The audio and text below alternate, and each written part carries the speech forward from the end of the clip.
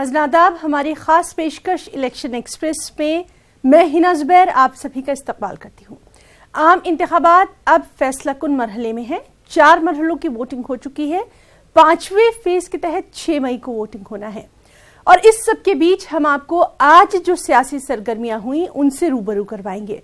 जैसे कि प्रियंका गांधी ने अमेठी में लोगों से मुलाकात की और मौजूदा सरकार पर निशाना साधते हुए कहा कि मुल्क में हर तबका इस सरकार से परेशान हो चुका है।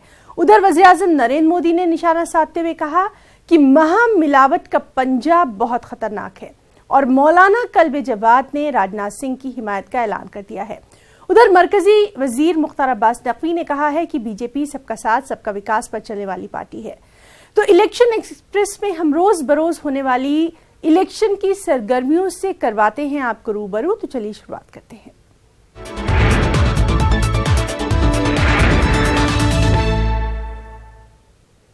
कांग्रेस की जनरल सेक्रेटरी प्रियंका गांधी ने अमेठी में लोगों से मुलाकात की और लोगों से खिताब के दौरान उन्होंने वज़ीर-ए-आज़म नरेंद्र मोदी पर तनकीद की और कहा कि मुल्क का नौजवान, किसान और हर तबका इस हुकूमत से बेहद परेशान हो चुका है। जहां जहां मैं जाती हूं मुझे क्या पता चलता है, किसान को उपज का दाम नहीं मिलता, बताइए। और आपको बीज और खाद समय पे मिलता है कि नहीं? कर्ज में डूब रहा है एक किसान। 12,000 किसानों ने आत्महत्या की है। और क्या होता है, आपसे बीमा ली जाती है कि नहीं? बीमा दे रहे हो ना हर महीने, किसकी जेब में जा रहा है जानते हो?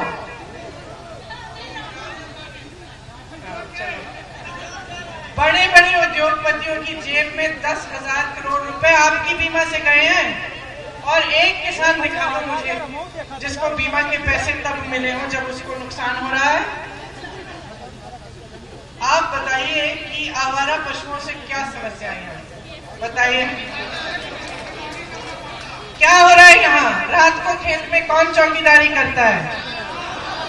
भाजपा के मंत्री आते हैं आपके खेत में बैठने के लिए? आते हैं? चौकीदारी करते हैं आपकी? आप खुद करते हो। आपकी आज ये स्थिति बना दी है कि छुट्टा जानवर आपके खेत पूरी रात पूरे दिन खा रहा है। मैं महिलाओं से मिलती हूँ, 47 डिग्री की धूप में पूरे दिन कल बैठी थी रायबरेली में, पूरे दिन खेत में बैठी थी। रात को उनके पति जाके बैठ रहे थे। किस लिए? 5 सालों से आपको प्रताड़ित किया और 5 साल बाद, क्योंकि आपके बीच में तो आए नहीं वो प्रधानमंत्री जी, अपने क्षेत्र में एक गांव में नहीं गए, किसान से हालचाल नहीं पूछे, अमेरिका पहुंच गए, रूस पहुंच गए, जापान में ढोल बजाए, पाकिस्तान में बिरयानी खाई, लेकिन वाराणसी के एक गांव में नहीं गए। एक गांव में, और ठीक है उनको नहीं जाना था, नहीं गए। जब हजारों किसान देश भर से नंगे पांव पैदल चलकर आए उनसे मिलने और हजारों की तादाद में किसान उनके दरवाजे पे खड़े हुए और कहा हमारी सुनवाई कर लीजिए, हमारी समस्याएं हैं, हम कर्ज में डूब रहे हैं, हमारी बात तो सुन लीजिए। प्रधानमंत्री ने 5 मिनट का समय नहीं निकाला उनसे बात करने के लिए। अब चुनाव आ गया है, क्या करें? क्योंकि किसान नाराज है, पता चल गया कि गड़बड़ हो रही है, किसान नाराज हो गया। 5 सालों से तो हमने इनको नकारा है, तो ये लीजिए निकाले हम किसान सम्मान योजना। सुन लीजिए कितना सम्मान है इस योजना में आपके लिए। किसान सम्मान योजना के बारे में देश भर में प्रचार है। जिस भाषण को देते हैं उसमें किसान सम्मान योजना जोड़ देते हैं।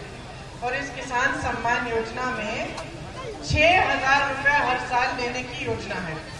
अब आप बताइए आपके परिवार में कितने लोग हैं? बताइए। 12 तो 12 है, 14।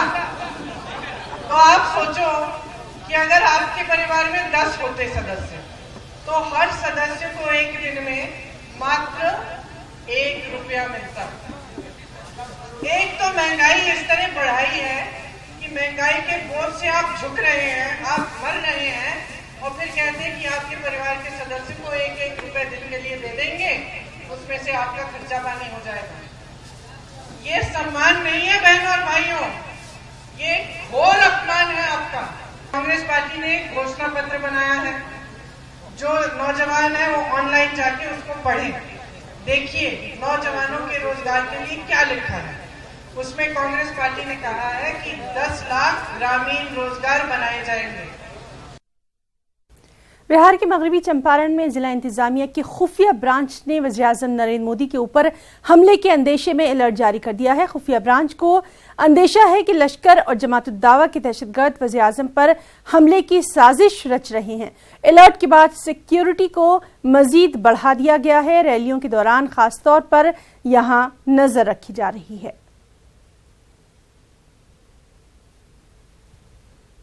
और वहीं सबके बीच वज़ीर-ए-आज़म नरेंद्र मोदी ने यूपी के प्रतापगढ़ में अवामी रैली से खिताब किया। नरेंद्र मोदी ने अजीम इत्तेहाद और कांग्रेस पर हमला बोलते हुए कहा कि कांग्रेस की सरकार आने पर मुल्क को नुकसान होता है।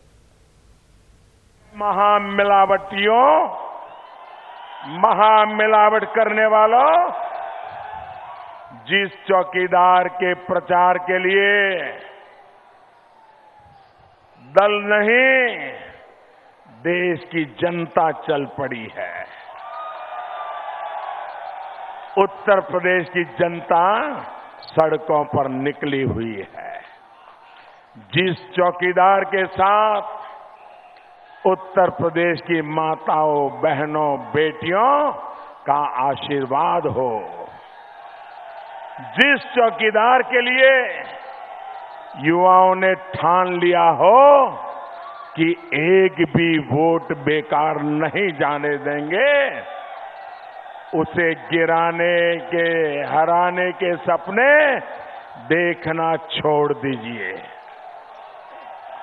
साथियों, मेरे खिलाफ हो रही इन साजिशों के बीच उत्तर प्रदेश के लोगों को प्रतापगढ़, सुल्तानपुर, अमेठी के लोगों को मजबूत भारत के लिए मजबूत सरकार के अपने संकल्प पर अड़िग रहना है।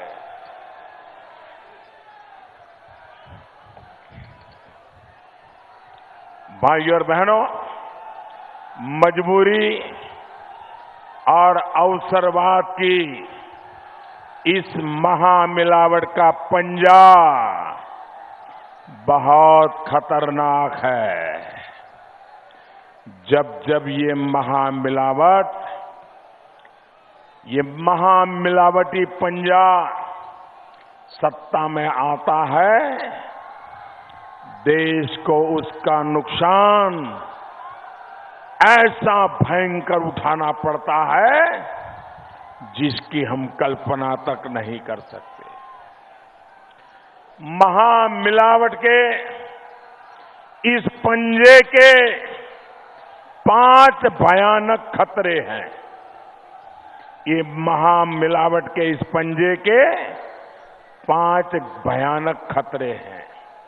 पहला खतरा भ्रष्टाचार, दूसरा खतरा अस्थिरता, तीसरा खतरा जातिवाद, चौथा खतरा वंशवाद, पांचवा खतरा कुशासन। साथियों, जहां ये महामिलावटी होंगे, जैसे कहते हैं ना, धुआं है तो कहीं न कहीं आग होगी। उसी प्रकार से जहां जहां भ्रष्टाचार होगा तो मान लेना ये महामिलावटी लोग होंगे, और जहां जहां महामिलावटी होंगे वहां वहां भ्रष्टाचार होगा। वहीं दिल्ली के उजाला अरविंद केजरीवाल ने एक चुनावी इजलास से खिताब करते हुए बीजेपी लीडर मनोज तिवारी पर मजाकखेज तबसरा किया, जिसको मनोज तिवारी ने गाली देने से ताबीर किया। मनोज तिवारी के मुताबिक अरविंद केजरीवाल बौखलाहट में ऐसे रिमार्क दे रहे हैं। ये काम है जो हमारे पांडे जी को नहीं आता।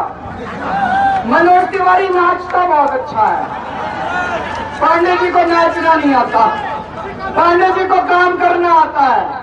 इस बार काम करने वाले को वोट देना, नाचने वाले को वोट मत देना, नाचने वाला कोई काम नहीं आएगा। अरविंद केजरीवाल जिस रास्ते पे चल रहे हैं उनको एक भयानक हार का सामना करना पड़ रहा है। इस समय वो बौखलाहट में हैं और उन्होंने बहुत सारी गलतियां कर दी हैं। भाई, आप अपने विधायक को संतुष्ट नहीं रख पा रहे हो, अगर तुमसे तुम्हारा विधायक ही नाराज हैं तो ये कौन सा गवर्नेंस आप चला रहे हैं। दूसरी बात कि अरविंद केजरीवाल इस समय अपने जीवन की बहुत बड़ी गलती कर चुके हैं। उन्होंने जिस प्रकार से मनोज तिवारी को गाली दिया है, मैं समझता हूं उनको अच्छी तरह पता है मनोज तिवारी कौन है। मनोज तिवारी पूर्वांचल के लोगों के मन में जगह बनाया है पिछले 20-22 वर्षों में, और हम उनके लिए वो काम करते हैं जिससे वो समाज गौरव फील करे। और हम लोग पूरे समाजों को, अलग अलग समाजों को, जो देश के अन्य लोग हैं, उनको हम लोग बहुत हृदय से जोड़ के चलते हैं। ये पूर्वांचल समाज की पहचान है। लेकिन अरविंद केजरीवाल ने मुझे गाली दे करके वो सीधे सीधे उन्होंने पूर्वांचल समाज का अपमान किया है। कांग्रेस लीडर आनंद शर्मा ने कहा है कि 2014 और 2019 के चुनाव में काफी फर्क आ गया है और वज़ीर-ए-आज़म असली मुद्दों से भाग रहे हैं। हमारे साथी रंजीता झा ने आनंद शर्मा से खास बातचीत की। वरिष्ठ नेता आनंद शर्मा हमारे साथ है बात करने के लिए। सर, 4 फेज का इलेक्शन हो चुका है, अगला होने वाला है।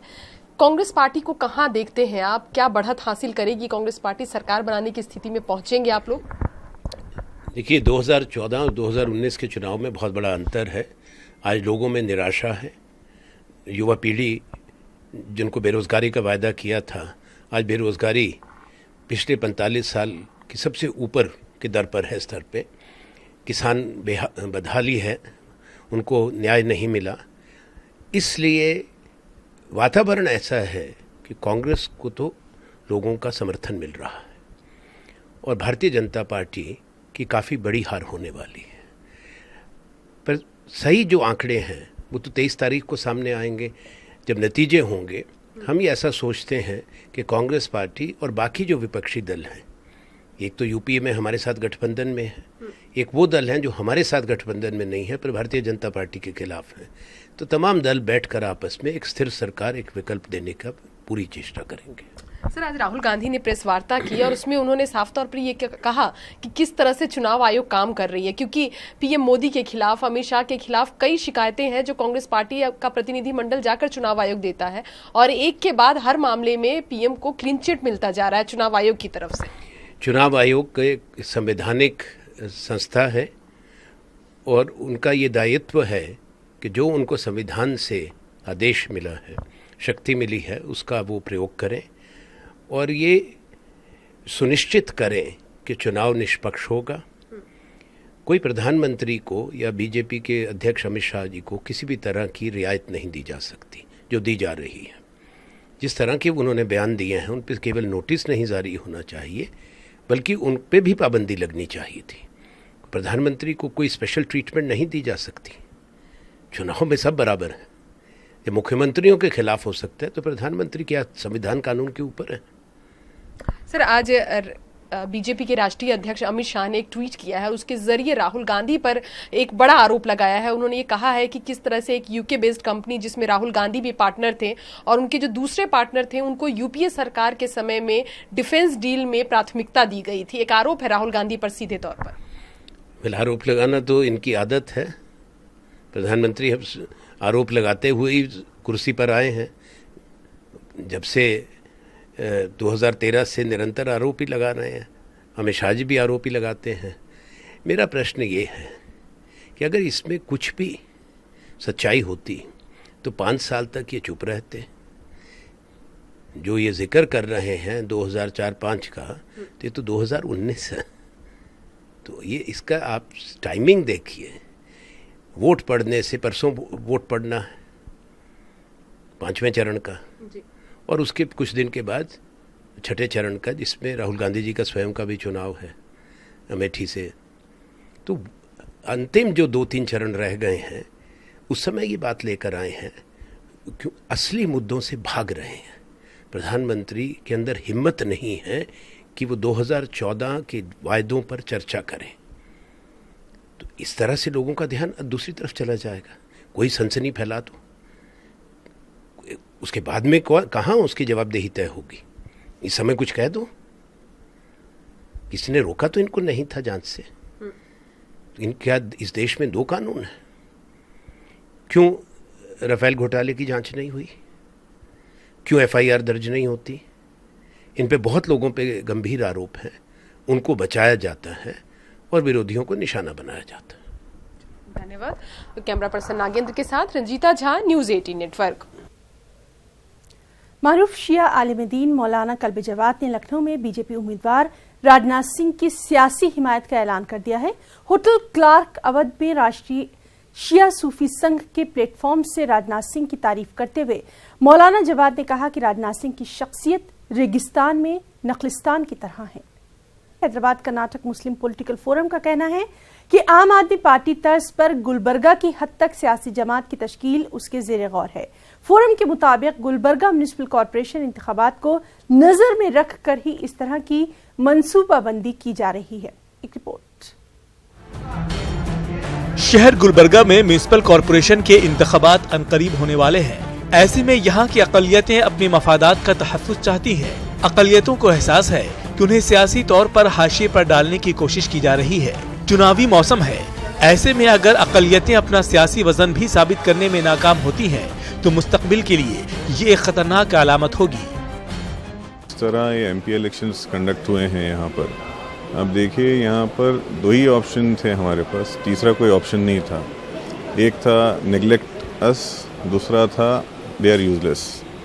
बोलने में एक हमको चाहता नहीं था, दूसरा हमारे पास आने नहीं देता। एट द एंड यही था कि आपको एक ही पार्टी को ऑप्शन लिस्ट हो गए थे बेसिकली। तो अब आपके पास एक ऑप्शन क्रिएट करने के लिए एवरीवेयर, और आवाम जो है एक तीसरा ऑप्शन चाहती है।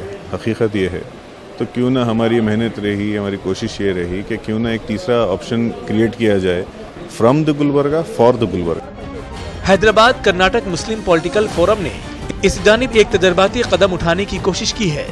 जिम्मेदारान के मुताबिक दिल्ली की आम आदमी पार्टी के फार्मूले को गुलबर्गा में नाफिज करने की कोशिश की जाएगी। इनकी ये कोशिश शहरी सतह पर और सिर्फ म्युनिसिपल कॉर्पोरेशन की हद तक ही रहेगी। फर्स्ट हम ये प्लान किए हैं कि कॉर्पोरेशन गुलबर्गा सिविक कॉर्पोरेशन में तमाम कौमों एक सेक्युलर प्लेटफॉर्म प्रोवाइड करके कंटेस्ट किया जाए और गुलबर्गा डेवलपमेंट के लिए वर्क किया जाए। इसके लिए हमारा फ़िलहाल प्लान 55 वार्ड से हम स्टार्ट करने जा रहे हैं, कॉर्पोरेशन वार्ड से, और जिसमें हमारे एक्सक्लूसिव ऑफिस होगी हर वार्ड में, जिसका एक प्रेसिडेंट होगा और एक सेक्रेटरी होगा। पूरे वार्ड्स के जितने भी प्रॉब्लम्स हैं वो हम सॉर्ट आउट करेंगे, उसको है ना पॉइंट आउट करेंगे और कहाँ पे क्या मसला है, क्या प्रॉब्लम है, पूरा हम लिस्ट आउट करके हम उसको टैकल करने की कोशिश करेंगे। जिम्मेदारान के मुताबिक अभी ये सारा अमल मुशावरती दौर से गुजर रहा है। इस पर राय आम्मा हमवार होने के बाद ही आखिरी फैसला लिया जाएगा। जहां ये बात काबिल जिक्र है कि तहलील की गई म्युनिसिपल कॉर्पोरेशन की बॉडी में 55 से 23 कॉर्पोरेटर मुस्लिम हैं। हुकूमत की नई रिजर्वेशन पॉलिसी के निफाज के बाद मुस्लिम कॉर्पोरेटर की तादाद बढ़ने के इम्कानात बढ़ गए हैं। गुलबर्गा से न्यूज़ 18 उर्दू के लिए जवाद मीर की रिपोर्ट। जिला गुलबर्गा के हल्का असेंबली चिंचोली की ज़मीनी इंतखाबात के मुकाबले की तस्वीर साफ हो गई है। 17 उम्मीदवार मैदान में रह गए हैं। सीधा मुकाबला कांग्रेस और बीजेपी के दरमियान ही माना जा रहा है। एक रिपोर्ट।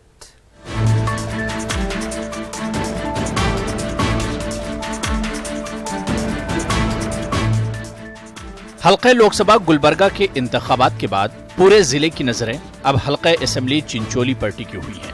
हल्का असेंबली चिंचोली SC तबके के लिए रिजर्व है, जहां से कांग्रेस ने बीजेपी से आए सुभाष राठौड़ को मैदान में उतारा है, तो वहीं बीजेपी ने कांग्रेस से आए डॉक्टर उमेश जाधव के फर्जंद डॉक्टर अविनाश जाधव को मैदान में उतारा है। इसे महज इत्तेफाक ही कहिए कि दोनों जमातों के उम्मीदवारों का ताल्लुक बंजारा समाज से है। दोनों पार्टियों के उम्मीदवार पार्टियां बदलकर आमने सामने हैं। कांग्रेस और बीजेपी के अलावा BSP समेत कुल 17 उम्मीदवार चिंचोली से मुकाबला कर रहे हैं। ಅಂಥದ್ರಲ್ಲಿ ಒಬ್ಬ ಕ್ಷೇತ್ರದ ಶಾಸಕ ಯಾವ ಕಾರಣಕ್ಕೆ ಆಮಿಷಲಿಂದ ಹೋಗಿರಬಹುದು, ಆಪರೇಷನ್ ಕಮಲದಿಂದ ಹೋಗಿರಬಹುದು, ಇನ್ನೊಂದರಿಂದ ಹೋಗಿರಬಹುದು. ಪೊಲಿಟಿಕಲಿ ನಮ್ಮ ಮಾಮ ಅವರಿದ್ರು, ನಮ್ಮ ಕಾಕರು ಪ್ರಕಾಶ್ ರಾಥೋಡ್ ಅಂತ ಇದ್ದಾರೆ, ಅವರೆಲ್ಲ ಪೊಲಿಟಿಕಲಿ ಲಿಂಕ್ ಫ್ಯಾಮಿಲಿ ಇದೆ. इंतखाबात का जनरल ऑब्जर्वर के तौर पर तकर्रुर किया है. यहाँ ये बात काबिल जिक्र है कि कांग्रेस के sitting MLA doctor Umesh Jadhav के इस्तीफे की वजह से हल्का असेंबली चिंचोली में जिमनी इंतखाबात होने जा रहे हैं. जाधव ने असेंबली और कांग्रेस की रुकनियत से इस्तीफा देकर बीजेपी के टिकट पर हल्का लोकसभा गुलबर्गा से कांग्रेस उम्मीदवार खरगे से मुकाबला किया था. न्यूज 18 उर्दू के लिए गुलबर्गा से जवाद मीर की रिपोर्ट.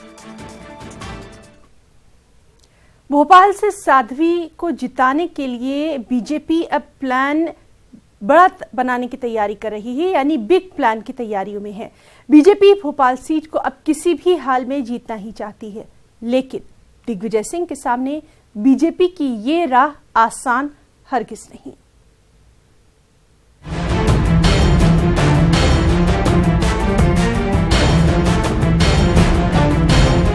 भोपाल की बीजेपी उम्मीदवार साध्वी प्रज्ञा सिंह ठाकुर, जिनके मुतनासिब बयानों पर इलेक्शन कमीशन ने सख्त कदम उठाया है, इससे परेशान बीजेपी नए मंसूबे पर काम कर रही है.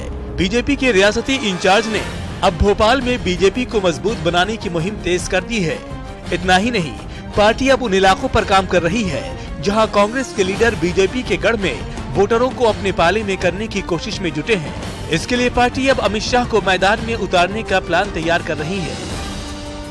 उन्होंने कई बार उनके समर्थन में अपनी बातों को कई इंटरव्यूज में कहा है. सभा हो या न हो, वो तो बात एक अलग है. अमित शाह जी का एक दौरा होने की पूरी संभावना है, मगर पूरी पार्टी पूरी ताकत से और प्रज्ञा जी की विजय के लिए मैं. बीजेपी ने दिग्विजय सिंह के तशहीर के उन तरीकों पर भी नजर पैनी कर दी है जो कि कांग्रेस को मजबूत बना रहे हैं. इसके जवाब में बीजेपी बिग प्लान तैयार कर हमला बोलने के प्लान में है. वहीं कांग्रेस की माने तो अब दिग्विजय के मुकाबले बीजेपी के बड़े लीडर भी साध्वी की हार को नहीं रोक सकते. पूरी ताकत है, पूरे हिंदुस्तान से अपने कार्यकर्ताओं को बुला लें, पर जो संस्कृति भोपाल की है, जो संस्कृति मध्य प्रदेश की है, जो गंगा जमुनी संस्कृति है, जहाँ हिंदू मुस्लिम सिख ईसाई सब प्रेम से रहते हैं. भोपाल एक छोटा हिंदुस्तान है जहाँ पूरे हिंदुस्तान के लोग आके शांति से रहते हैं. उनकी शांति ये भंग नहीं कर पाएंगे, उनकी सोच को ये बदल नहीं पाएंगे. बहरहाल मुतनाज़िब बयानों की वजह से सुर्खियों में बनी साध्वी प्रज्ञा सिंह ठाकुर की हार जीत को बीजेपी ने इज्जत का सवाल बना लिया है.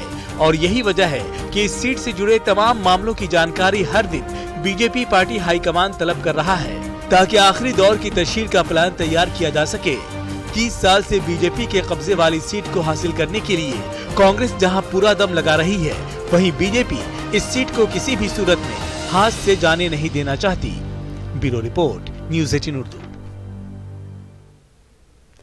6 मई को होने वाली वोटिंग के लिए पूरी तैयारियां कर ली गई हैं. इंतजामिया ने सिक्योरिटी के पुख्ता बंदोबस्त किए हैं. साथ ही वोटरों से बड़ी तादाद में वोट करने की भी अपील की जा रही है. रांची की अगर बात करें तो रांची के जिला डिप्टी कमिश्नर से खास बातचीत की हमारे साथी मनोज ने. मई को होने वाले रांची लोकसभा क्षेत्र के मतदान को लेकर के तैयारियां अंतिम चरण में है और खुद जो जिले के उपायुक्त और निर्वाचन पदाधिकारी हैं वो सारी चीजों को देख रहे हैं. अभी हमारे साथ में हैं जिले के उपायुक्त, हम इनसे बात करते हैं. सर, तैयारियों को लेकर के अगर हम बात करेंगे तो किस स्थिति में है और क्या कुछ? देखिए, हम लोग आज P-2 का डिस्पैच कर रहे हैं अड़की ब्लॉक का. तो 34 ऐसे संवेदनशील बूथ हैं जहां पे आज रात ही क्लस्टर पे पहुंच जाएंगे और फिर कल बूथ जाएंगे. तो उनका आज हम लोग डिस्पैच यहाँ से करेंगे. साथ ही साथ सारी तैयारी कल, क्योंकि मेगा डिस्पैच जिसे कहेंगे, होगा. 2300 से अधिक बूथों का डिस्पैच यहाँ से होगा. 6 असेंबली कॉन्स्टिट्यूंसी का होगा और मेरे ख्याल सबसे ज़्यादा नंबर ऑफ बूथों का डिस्पैच एक जगह से यहीं से हो रहा होगा, झारखंड में. तो उसकी सारी तैयारी चल रही है. क्योंकि कल बारिश होने की संभावना है तो वाटर प्रूफिंग भी की गई है. हम लोग को यकीन है कि हम लोग आराम से, किसी बिना मुश्किल के, हम लोग आराम से डिस्पैच करा पाएंगे और चुनाव भी करा पाएंगे. सर, आपने कहा कि काफ़ी संवेदनशील है कई बूथ और आज ही भेजा जा रहा है अर्की में, तो क्या हेली ड्रॉपिंग वगैरह की भी कुछ व्यवस्था यहाँ से है? हेवी ड्रॉपिंग हम लोग नहीं करा रहे हैं क्योंकि जैसे कि आप जानते हैं तूफान का मौसम था तो उसमें कहीं प्रोबेबिलिटी रहती है कि शायद हेली ड्रॉपिंग ना हो पाए, तो वो रिस्क नहीं लेना चाहते हैं कि जीरो रिस्क इलेक्शन हो। अगर हम बात करेंगे सुरक्षा तैयारी को लेकर, जिस तरीके से खरसवा में नक्सलियों ने एक घटना को अंजाम दिया है, तो उसको लेकर के भी यहाँ कुछ विशेष तैयारी की गई है कि जो पोलिंग पार्टी जाएगी उनको विशेष सुरक्षा दी जाए। देखिए, हम लोगों ने काफ़ी पर्याप्त मात्रा में फोर्स लगाई, चाहे CPMF हो, चाहे इको हो, चाहे सैट हो। उसके डिटेल्स तो मैं आपको नहीं बता पाऊंगा, लेकिन हम लोग की यही कोशिश रहेगी किसी भी परिस्थिति में कोई भी घटना ना हो। फाइनली सारी बातों के बाद एक बात, मैं मतदान करूंगा, क्या आप करेंगे कि नहीं? तो इस तरीके से देखते हैं जो जिले के उपायुक्त हैं वो सारे मतदाताओं से अपील कर रहे हैं कि वो निकले, उन्हें पर्याप्त सुरक्षा और भयमुक्त माहौल में वो मतदान करें। उसको लेकर के प्रशासन पूरी तरीके से चौकस है, पूरी तरीके से तैयार है और जो पोलिंग पार्टी है उन्हें भेजने का जो है वो काम यहाँ शुरू हो रहा है। तो एक तरह से कहा जाए कि लोकतंत्र का महापर्व जो है बेहतर तरीके से मने, इसको लेकर के न सिर्फ आम मतदाताओं में बल्कि यहाँ प्रशासनिक तैयारी जो है वो और जो उसमें लोग लगे हुए हैं उनमें भी एक उत्साह नजर आ रहा है। कैमरा पर्सन राजीव के साथ Manoj, news 18 Ranchi. BJP leader GVL Narasimha Rao ने कांग्रेस सदर राहुल गांधी पर निशाना साधा और कहा कि राहुल गांधी को दहशतगर्दों से आखिर हमदर्दी क्यों है। हमारे नुमाइंदे पवन ने उनसे खास बातचीत की। राहुल गांधी ने एक बार फिर से प्रेस कॉन्फ्रेंस करके नरेंद्र मोदी के ऊपर हमला बोला है। हमारे साथ बातचीत करने के लिए हैं बीजेपी के राष्ट्रीय प्रवक्ता और राज्यसभा सांसद GVL नरसिम्हा राव। सर, राहुल गांधी कह रहे हैं कि बीजेपी को हमने हरा दिया है, बीजेपी ध्वस्त हो गई है। अब देखिए, राहुल गांधी आजकल कई वीडियो गेम्स खेल रहे हैं, तो उसमें इन्होंने भाजपा का भी कोई वीडियो गेम बनाया होगा, उसमें बार बार जा करके हराया करके मजा ले रहे होंगे। देश की जनता इस बार 2014 से बड़ी जीत भारतीय जनता पार्टी को माननीय प्रधानमंत्री जी मोदी जी के नेतृत्व में दे रही है और कांग्रेस पार्टी का ये हाल हुआ। राहुल गांधी खुद मैदान से भाग गए हैं। अमेठी से हजारों मील दूर वायनाड में जाकर चुप करके चुनाव लड़े थे और जो प्रियंका वाड्रा की जो वाराणसी से चुनाव लड़ने की जो उनकी तरफ से जो प्रपोजल था, उन्होंने खुद अपने आप को उससे अलग किया, उससे लड़ने से एक तरह से डर गई है। तो ये डरने वाला कौन है? परिवार डरा हुआ है। परिवार कांग्रेस के भविष्य को लेकर चिंतित है, ये इनके चेहरों पर साफ साफ लिखा हुआ है। तो थोड़ा गंभीर होने के लिए कभी कभी महाभारत में उत्तर कुमार जैसे राहुल गांधी बड़े बड़े दावे और बयान देते हैं। सर, राहुल गांधी आज भी लगातार चौकीदार चोर है का जिक्र कर रहे थे। उन्होंने जो सुप्रीम कोर्ट में जो मामला चल रहा है उसको लेकर भी कहा कि मैंने कोर्ट से माफी मांगी है, बीजेपी से नहीं। अब देखिए, कोर्ट हमारे याचिका के आधार पर, याचिका डालने वाले कौन थे? हमारे सांसद मीनाक्षी लेखी। उसके आधार पर हमने उनकी झूठ को पकड़ा, उसको उजागर किया, कोर्ट के सामने उसको रखा, तथ्यों को रखा, उसके आधार पर उनको माफी मांगनी पड़ रही है। तो जरूर ये उनके लिए इससे बड़ी फेस लॉस कभी कांग्रेस के अध्यक्ष के लिए नहीं हुआ होगा। और बार बार झूठ बोलने की उनकी प्रवृत्ति जनता को समझ आ चुकी है। वो इससे थोड़ा बहुत इनके मेंटल इम्बैलेंस पर कोई असर हो सकता है। जनता के अदालत में इनकी कोई सुनवाई नहीं हो रही है। सर, राहुल गांधी ने इलेक्शन कमीशन के ऊपर भी आरोप लगाया कि वो पक्षपात रवैया अपना रहे हैं। अब देखिए, राहुल गांधी को और परिवार को लगता है सभी एजेंसियां और सभी संवैधानिक संस्था उनके लिए, परिवार के लिए काम करना चाहिए। बट लेकिन लोकतंत्र में हर संस्था अपने लिए काम करती है, उनके अधिकारों के आधार पर और उनके दायित्व के आधार पर काम करती है। ये कांग्रेस पार्टी के कोई एक्सटेंशन तो नहीं है। तो जब इनको सूट नहीं करता है, इस प्रकार हमला बोलना इनके लिए कोई नई बात नहीं है। जनता इसको गंभीरता से नहीं ले रही है। सर, मसूद अजहर को लेकर राहुल गांधी ने कहा कि वो आतंकी है, उसके साथ ऐसा ही होना चाहिए, लेकिन मसूद अजहर को छोड़ा किसने? पाकिस्तान किसने भेजा? अब देखिए, मसूद अजहर को पकड़ने के बाद, अभी उनको अंतर्राष्ट्रीय आतंकी घोषित करने के बाद कांग्रेस बयान दे रही है, बट लेकिन पहले उनको मसूद अजहर जी करके बुलाते थे। और राहुल गांधी इतने समय तक क्यों चुप थे? 2 दिन पहले जब उनको अंतर्राष्ट्रीय आतंकी घोषित किया था, तभी उनको खुशी जाहिर करनी चाहिए देश को, और प्रधानमंत्री जी को उनको उसी समय उनको कंग्रेचुलेट करना चाहिए था। क्यों नहीं किया? जब हफीज सईद छूटता है, हफीज सईद को हाउस अरेस्ट से रिहा किया गया, तब राहुल गांधी ट्विटर पर जाकर के क्या क्या कितने खुशी जताएं। और सरकार के खिलाफ जो आरोप लगाए, क्या मसूद अजहर के ऊपर पाबंदी लगने के बाद और कल मसूद अजहर के ट्रैवल पे बैन लग गया पाकिस्तान में, उनके बैंकिंग और उनके फंड्स पर बैन लग गया, उसके बाद कोई खुशी का माहौल नहीं है? ये क्यों? इस प्रकार आतंकियों के प्रति हमदर्दी कांग्रेस को, राहुल गांधी को क्यों है? इसके जवाब देना होगा। सर, आखिरी सवाल, राहुल गांधी कह रहे हैं कि प्रधानमंत्री मेरे सामने आके 10 मिनट बहस क्यों नहीं करते, उनको क्यों डर लगता है? अब देखिए, राहुल गांधी का कोई स्तर नहीं है, तो प्रधानमंत्री मोदी जी के साथ बहस करने का स्तर नहीं है। और दूसरा, बहुत बार इस प्रकार के बड़े बड़े दावे करके वो खुद पार्लियामेंट से भाग गए थे, और पार्लियामेंट में एक भूचाल आएगा, ये इस प्रकार के बड़े बड़े मैं कुछ खुलासा करूंगा, ये बयान दे करके फिर भाग गए हैं। भागना इनकी, इस परिवार की, दोनों भाई बहनों की उनकी जो एक ट्रेंड रह गई है। मुस्लिम वोटरों को लुभाने के लिए मरकजी अक़लियती वज़ीर मुख्तार अब्बास नकवी जयपुर पहुंचे और रामगंज में एक अवामी रैली से खिताब किया। इस मौके पर न्यूज़ 18 से खास बातचीत में मुख्तार अब्बास नकवी ने कहा कि बीजेपी पूरे 130 करोड़ लोगों को साथ लेकर चलने वाली पार्टी है। हमारे साथी अरबाज ने मुख्तार अब्बास नकवी से इस मौके पर खास बातचीत की। केंद्रीय मंत्री मुख्तार अब्बास नकवी आज जयपुर में है, माइनॉरिटी के अंदर बातचीत की है, जनसभा की है, इनसे बातचीत करते हैं। सर, किस तरह का रिस्पांस मिल रहा है माइनॉरिटीज के? देखिए, समाज के सभी वर्गों का नरेंद्र मोदी जी के विकास और पे विश्वास है।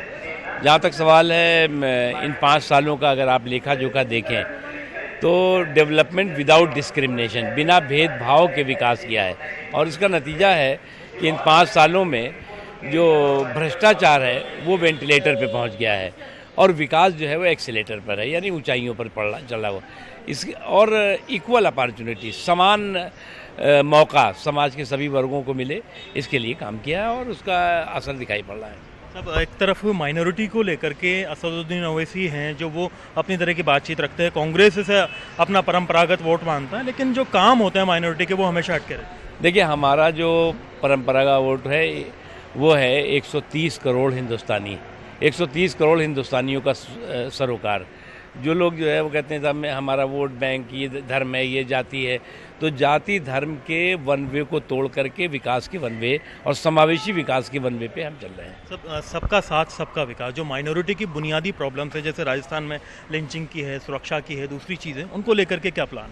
देखिए, लिंचिंग की या किसी भी इस तरह की क्रिमिनल जो घटनाएं हैं उनको हम कभी भी जस्टिफाई नहीं करते। अगर हुई हैं, कहीं पर भी होती हैं, तो उसके खिलाफ कार्रवाई होती है। बहुत बहुत शुक्रिया आपका। तो ये है मुख्तार अब्बास नकवी, आज जयपुर में थे, अलग अलग इलाकों के अंदर माइनॉरिटी की मीटिंग्स कर रहे हैं ताकि ज़्यादा से ज़्यादा बीजेपी के लिए वोट जुटा सके। कैमरा पर्सन गणेश यादव के साथ में अरबाज अहमद, न्यूज़ 18 जयपुर। दिल्ली की 6 पार्लिमानी सीटों के लिए छठे मरहले में वोट डाले जाएंगे। इस मर्तबा मशरक़ी दिल्ली लोकसभा सीट पर मुकाबला सैरुखी माना जा रहा है। इस सीट से आपने आतिशी सिंह, बीजेपी ने क्रिकेटर गौतम गंभीर और कांग्रेस ने अरविंदर सिंह लवली को चुनावी मैदान में उतारा है, और इन तीनों ही उम्मीदवारों के लिए इस सीट पर जीत हासिल करना आसान काम हरगिज नहीं है। हमारी ये रिपोर्ट।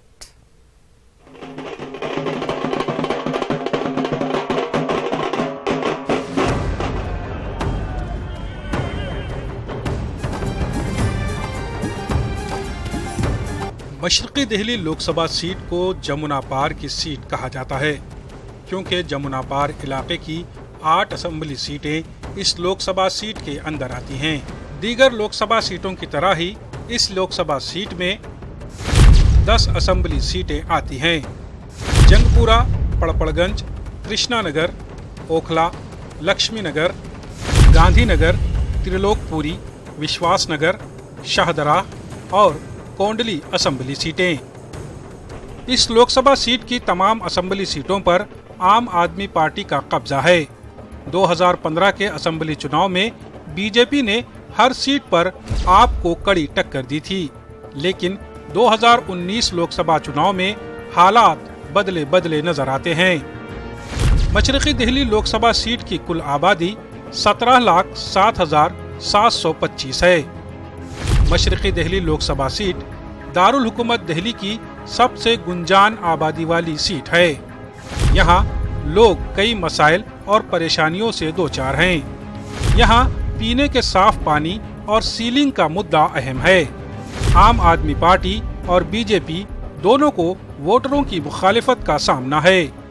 यही वजह है कि यहाँ सेरुखी मुकाबले का इम्कान है। अगर वोटरों की बात करें तो कुछ वोटर खुश हैं तो कुछ नाराज। वोटरों का मानना है कि यहाँ फिजाई आलूदगी, ट्रैफिक और रोजगार के मसाइल जूं के तूं बरकरार हैं। दिक्कत तो बहुत है यहाँ पे। एक तो ये ट्रैफिक इतना होता है यहाँ पे, सीलमपुर चले जाओ, शाहदरा चले जाओ, बड़ी दिक्कतें हैं। और भी बहुत दिक्कतें हैं, पानी की भी दिक्कतें हैं। कैसा पानी की? पानी गंदा भी आ जाता है कई बार यहाँ पे। अच्छा। बहुत बारी गंदा भी आया है। कैसा पानी होता है, किसके लिए होता है? पीने वाला पानी जो होता है। अच्छा। वो भी गंदा आता है। क्या चाहते हैं आप? मतलब चाहते हैं कि अच्छा माहौल हो, हर जगह साफ सुथरा हो, जाम ना हो। ट्रैफिक की समस्या है, ट्रैफिक का समस्या तो है, खास करके ट्रैफिक का ज़्यादा समस्या है। क्या चाहते हैं आप लोग, क्या हो? इससे कुछ सोल्यूशन निकाला जाए ट्रैफिक का, और तो कुछ नहीं है। गवर्नमेंट तो ठीक ठाक है लोकसभा में। पूर्ण राज्य की बात हो रही है, दिल्ली को क्या पूर्ण राज्य का दर्जा मिलना चाहिए? आप लोग क्या सोचते हैं? पूर्ण राज्य का कोई मायने नहीं रखता पूर्ण राज्य का दर्जा। यहाँ पे भाई साहब कई परेशानी है। पहली बात तो रोड पे जाम बहुत है, दूसरा पानी की भी किल्लत है। एमसीडी वाले हर रोज़ आते हैं यहाँ पे। अभी सुबह भी हमारे पास आए थे कि आपने ये कूलर लगा रखे हैं, इन्हें हटाइए। और भी बिजली की भी थोड़ी दिक्कत है। बस यही अपना चल रहा है, ऐसे अपने काम चला रहे हैं बैठ के। रहते हैं हम एकदम ठीक तरीके से रहें। और जो हमारे टाइप के जो लड़के हैं, नॉर्मली उनकी ज़िंदगी बीत रही है यहाँ पर, नॉर्मली बीतती है। ज़्यादा फैसिलिटीज़ नहीं अवेलेबल यहाँ पर। फैसिलिटीज़ जैसी होनी चाहिए, फैसिलिटीज़ वही है, नॉर्मली लाइफ लोगों की बीत रही है, वही बीती जा रही है। हाँ, पढ़ाई लिखाई स्कूल अच्छे हैं पर सही है, मतलब मीडियम ही है, हाई फाई नहीं कह सकते उन्हें। सरकारी स्कूल तो आप सब जानते हैं सरकारी स्कूल कैसे होते हैं। जो भी उम्मीदवार हो, लेकिन हो अच्छा, जो काम आए, पब्लिक के काम आए, रोजगार दे लोगों को, बस सही से चलाए। रोजगार का मसला है, मेन तो रोजगार का मसला है। ये कारोबार नहीं है, बिल्कुल भी कार्य पर परेशान है बहुत ज्यादा। मंडी थी हमारी, पहले मंडी तोड़वा दी, अब कारोबार है नहीं, पटरी पे बैठे हुए हैं, पटरी पे भी कारोबार नहीं है। कमेटी वाले परेशान करते हैं, आज दिन कमेटी आती है, ले लेके भागना पड़ता है। देखो जी, सुनते तो यही आ रहे हैं कि केजरीवाल अच्छा काम कर रहे हैं, अस्पतालों के अंदर अच्छा है और स्कूलों के भी काम चल रहे हैं, काफ़ी अच्छे दवाइयाँ मिल रही हैं, वैसे काफ़ी सहूलियत है। आपके इलाके में कितना काम हुआ है? हमारे इलाके में सड़क बनी है, हमारी गली के अंदर साफ सफाई अच्छी है। इस लोकसभा सीट पर बीजेपी और कांग्रेस दोनों पार्टियों का बराबर का कब्जा रहा है। 2014 में बीजेपी ने यहां से जीत दर्ज की थी, तो 2004 और 2009 में कांग्रेस के टिकट पर संदीप दीक्षित पार्लियामेंट पहुंचे थे। तो उससे पहले बीजेपी के उम्मीदवार यहां से कामयाब होते रहे हैं। 2014 के चुनाव की अगर बात करें तो 2014 में बीजेपी के महेश गिरी को 5,72,000 से जायद वोट मिले। तो वहीं आपके राजमोहन गांधी को यहां से 3,81,739 वोट मिले। कांग्रेस के संदीप दीक्षित को यहां से सिर्फ 2,32,000 वोट मिले। यानी कह सकते हैं कि 2014 के चुनाव में आम आदमी पार्टी इस सीट पर सीधे मुकाबले में थी, लेकिन मौजूदा हालात में बीजेपी और आम आदमी पार्टी ने पैराशूट उम्मीदवार उतारे हैं। बीजेपी ने गौतम गंभीर को यहां से टिकट दिया है, तो आप से आतिशी सिंह मैदान में हैं, जबकि कांग्रेस ने सिख तबके से आने वाले साबिक वजीर अरविंदर सिंह लौली को मैदान में उतारा है। तीनों ही उम्मीदवारों के जीत के दावे हैं और सियासी हमले बयानों के जरिए शुरू हो गए हैं। देखिए, मैंने पहले ही कहा कि वो राजनीति में अपना शौक पूरा करने के लिए आए हैं, तो वो ना एरिया को जानते हैं, ना रूल्स को जानते हैं, ना रेगुलेशन को जानते हैं। उस दिन भी नॉमिनेशन में गलती थी। अब निश्चित तौर पे 2 जगह वोट होना अपने आप में आप सब लोगों को मालूम है कि उसका क्या मतलब होता है। अब उसके बावजूद जो है, क्योंकि हम तो इन छोटी राजनीति में पढ़ते नहीं, हम तो चुनाव लड़ के जीतना चाहते हैं, लोगों के आशीर्वाद से जीतना चाहते हैं, लेकिन ये तो अब इलेक्शन कमीशन का काम है कि वो इसके ऊपर देखें। और ये मेरी उस बात पे मोहर भी लगा रहे हैं कि उनको ना राजनीति का तजुर्बा है, ना रूल्स के बारे में मालूम है, ना गवर्नेंस के बारे में मालूम है। तो जो मैं कह रहा हूँ कि ये लोग जो है वो पॉलिटिकल टूरिज्म पे आए हुए लोग हैं, पॉलिटिकल पिकनिक मनाने के लिए आए हुए हैं, और अचानक इनका मन किया कि अब चुनाव लड़ते हैं, तो वो सब बातें इन बातों से साबित हो रही हैं। आम आदमी पार्टी के उम्मीदवार आतिशी सिंह दिल्ली हुकूमत के महकमा तालीमात में काम करके आई हैं। वो केजरीवाल हुकूमत के कामों को भुनाने की कोशिश कर रही हैं। देखिए, त्रिकोणीय मुकाबला तो दिल्ली में 2013 में ही खत्म हो गया था, जब तीसरे नंबर का स्थान कांग्रेस के लिए रिजर्व हो गया था। चाहे वो विधानसभा इलेक्शन हो, चाहे वो लोकसभा इलेक्शन हो, चाहे वो म्यूनिसिपल इलेक्शन हो, तीसरा स्थान अब कांग्रेस के लिए रिजर्व है दिल्ली में। इस बार 2015 की ही तरह 2015 में कांग्रेस के 90% कैंडिडेट्स की जमानत जब्त होगी। इस बार भी आप वही ट्रेंड देखने वाले हैं। कौन से मुद्दे हैं जिसकी वजह से आपको लग रहा है कि बीजेपी को आप सीधे तौर पर हरा पाएंगे, क्योंकि बीजेपी का लोकसभा में पूरे तौर पर कब्जा है? देखिए, लोगों ने 5 साल पहले प्रधानमंत्री जी के नाम पे वोट दिया था। उन्होंने देख लिया उसका नतीजा क्या हुआ। बैंकों के आगे लाइन में लगना पड़ा, जो सारे घर की सेविंग्स थी वो खत्म हो गई, कारोबार ठप हो गया, नौकरियां आई नहीं, बच्चों के लिए स्कूल, कॉलेज, अस्पताल कुछ बने नहीं। सिर्फ एक पार्टी है दिल्ली में, आम आदमी पार्टी, जिसने दिल्ली की आम जनता के हित में काम किया। लोगों ने देखा है कि बिजली के कम हुए बिल, पानी के हुए, स्कूल ठीक हुए, अस्पताल ठीक हुए। लेकिन आज भी बहुत सारे ऐसे मुद्दे हैं जो अरविंद केजरीवाल इसलिए नहीं सुलझा पा रहे हैं क्योंकि दिल्ली के पास पूर्ण राज्य का दर्जा नहीं है। और इस बार दिल्ली वाले दिल्ली की सरकार को अपना पूरा अधिकार दिलाने के लिए वोट देने वाले हैं। क्रिकेटर गौतम गंभीर पर बीजेपी ने पैराशूट तरीके से टिकट देकर दाव लगाया है। गंभीर तरक्की और वजीर आजम नरेंद्र मोदी के नाम पर यहां वादों की झड़ी लगा रहे हैं। जो एक्साइटमेंट मैं बाहर देख रहा हूँ, मुझे लगता है कि हम 7 की 7 सीटें दिल्ली में जरूर निकालेंगे। कल मैंने एक बात बोली थी कि कई लोगों ने दिल्ली को पेरिस बनाने के लिए बोला, लंदन बनाने के लिए बोला, लेकिन हम दिल्ली को पहले दिल्ली बनाएंगे। वो हमारा सबसे बड़ा धर्म और सबसे बड़ा कर्तव्य भी है। आप बड़े बड़े वायदे इतने किए लोगों ने पिछले 4.5 साल में, लेकिन डिलीवर कुछ भी नहीं किया। पहले वो एलिगेशंस लगाते हैं, फिर उसके बाद वो कोर्ट जाते हैं और फिर उसके बाद वो माफ़ी मांगते हैं। अब तो कोई ऑप्शन ही नहीं रह गई है। इस लोकसभा सीट पर 2014 के मुकाबले वोटरों की तादाद में जबरदस्त इजाफा हुआ है। यहाँ 2019 में वोटरों की कुल तादाद 19,70,118 है। इनमें मर्द वोटरों की तादाद 10,94,362 है और खवातीन वोटरों की तादाद 8,75,656 है। 1.25 लाख के करीब नए वोटर इस लोकसभा सीट में शामिल हुए हैं, जो इस सीट पर बड़ा रोल अदा कर सकते हैं। मशरकी दिल्ली लोकसभा सीट पर 15% मुस्लिम वोटर हैं। ओखला, कृष्णा नगर, गांधीनगर और जंगपुरा में मुस्लिम वोटरों की तादाद ज्यादा है। जंगपुरा में सिख और दलित वोटरों की तादाद भी है। फिलहाल यहाँ के वोटर अपने मसाइल बता रहे हैं, ताहम पोलिंग की तारीख आते आते यहाँ किस पार्टी का पलड़ा भारी हो जाएगा, ये कहना अभी क़ब्ल वक्त होगा। न्यूज़ 18 उर्दू के लिए दिल्ली से खुर्रम शहजाद की रिपोर्ट। रियासत बिहार में इंतखाबात को लेकर सियासी जमातों के दावों और वादों का दौर है, लेकिन आवाम भी इस पर खुलकर अपनी राय दे रही हैं। न्यूज़ 18 नुमाइंदा ज्योति ने पटना के लोगों से इन इंतखाबात के ताल्लुक से उनकी राय जानी। उतना पता नहीं चलता था कि लड़कियां सेफ हैं या नहीं है, लेकिन अभी की सरकार में ऐसा लगता है कि हाँ, लड़कियों को प्रोटेक्शन मिल रहा है, वो सेफ है, सेफली घर से बाहर देर रात तक अपने जॉब पर, अपने काम पर ध्यान दे सकती हैं। और जैसे बेटी बचाओ बेटी पढ़ाओ, फीमेल फॉर्टिसाइड को रोका गया, ये सब पर ध्यान है इस बार, तो ये सब ठीक है। गवर्नमेंट है, ठीक है, they publish every type of policies and all, but the thing is start में वर्क हो रहा है, इट्स गुड।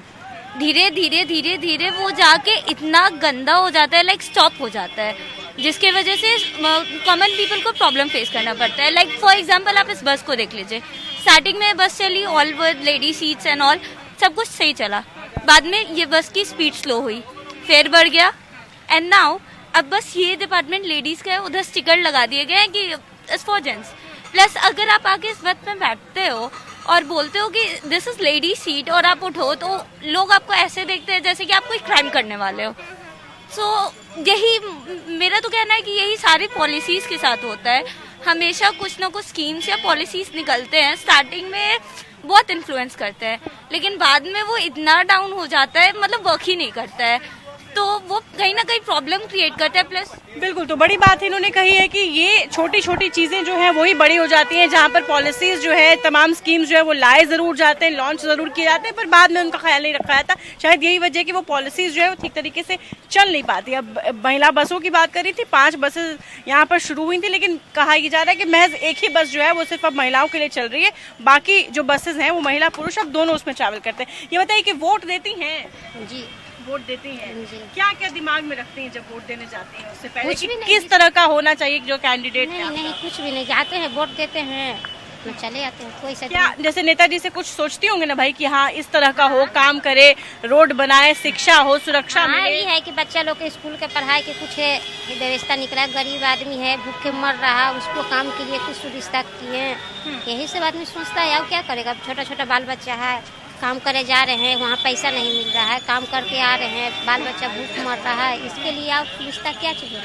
बच्चा का जहाँ जिसका छोटा छोटा बच्चा है, गरीब आदमी, उसको पढ़ाने के लिए कुछ न सुविधा होना चाहिए। देखिए, अभी मोदी जी विश्व के नंबर 1 नेता में हैं और केंद्र में अच्छा काम कर रहे हैं। यहाँ एनडीए नीतीश कुमार अच्छा काम कर रहे हैं। एक बाइक सब काम नहीं ना हो जाएगा, धीरे धीरे सब काम हो रहा है। चलिए, तो ये भी सोच सही है कि भाई धीरे धीरे चीजें बदल रही हैं और इन्हें उम्मीद है कि चीजें जो है वो और बदलेंगी। क्या उम्मीदें करते हैं सरकार से, क्या उम्मीदें रखते हैं? कोई भी सरकार आती है दुनिया भर का वादा करती है कि हम पेंशन देंगे किसी को बैठा कर, किसी को फ्री में, ये पॉसिबल नहीं है। दूसरी बात यह है कि जिन लोगों का 1995 में जब नरसिम्हा राव ने पेंशन स्कीम लागू किया, उस टाइम में जिन लोगों का पेंशन कटा, पेंशन का पैसा कटा, उसका क्या हुआ? ना आज तक एक पैसा मिला पेंशन का, और ना जो वो कम से कम जो हमारा जमा हुआ है वो नहीं वापस मिल जाए, वो भी नहीं मिला। तो ऐसी सरकार क्या फर्क? और जहाँ तक वोट देने की सवाल आती है, हम तो यही कहेंगे निष्पक्ष रूप से कि उसी को वोट देना चाहिए जहाँ तक हमारी पहुँच हो, क्योंकि यहाँ बिल्डिंग वालों का जो लाल कार्ड बनता है और गरीब का नहीं बनता है। क्या सोच रखते हैं वोटिंग को? चुनाव का टाइम रहता है तो सब कहते हैं, वादे तो सब करते हैं, लेकिन वादे पूरा करते हैं कौन? वोट लेने के टाइम में सभी जो है कि जागरूकता होते हैं कि हाँ भाई सब ख्याल कीजिए, लेकिन उस टाइम में तो कोई नहीं जो है कि सब वादे कर करके सब जो है काम निकल जाता है, सब अपना काम कर लेते हैं। फैसिलिटी कुछ नहीं चाहिए, सिर्फ बेरोजगारी हट जाए, बस यही चाहिए। Education inter plus.